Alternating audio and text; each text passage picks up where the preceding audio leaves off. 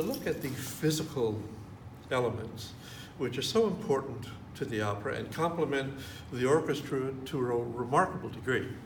Let's go through them, and of course, they'll be partial. First of all, there is the very building in which the stage sits. Opera theaters are often very special places with big mezzanines, wonderful chandeliers and walls, and then you go into the theater, which may have several hundred or several thousand seats, and everything points down toward the stage. Usually in opera, we have a proscenium theater, where the curtain opens. Now the stage itself is the area which is separated, which is behind the proscenium and separated from the audience by the orchestra or stage. Although in some contemporary operas you find the orchestras in different places, not always in what we call the orchestra pit, which is declined below the orchestra level.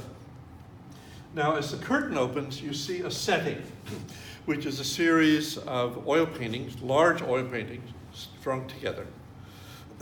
And many times you will have a big backdrop, a huge wall of canvas in the back, carefully painted as a sunset or whatever. Sometimes it's called a cyclorama.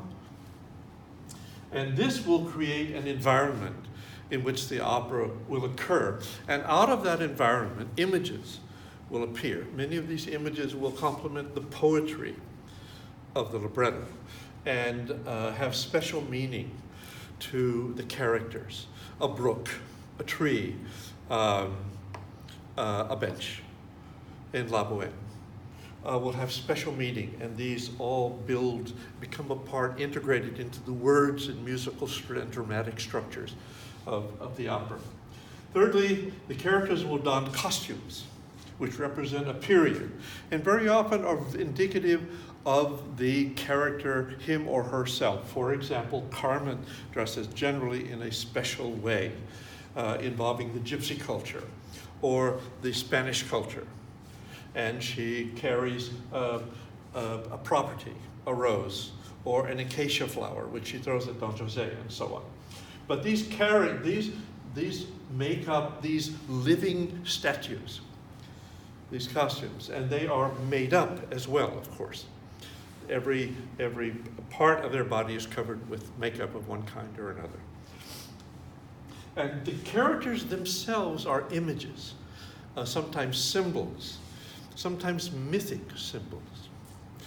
One could argue that Carmen and Jose are mythic symbols, primitively powerful figures. Then there is the magic of lighting, stage lighting, a very complex art involving spots and licos and fresnels and all kinds of lights, all kinds of colors mixed together. And this is, you might say that lighting is most associated with harmony in the orchestra. And lighting is visual harmony.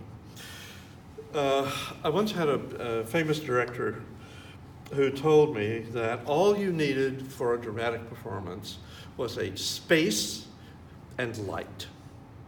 So light is vitally important, but remember, as in opera always, it is the blending of all these things together that gives opera its visual magic and so complements the dramatic, musical, and literary aspects of this great art form. Thanks.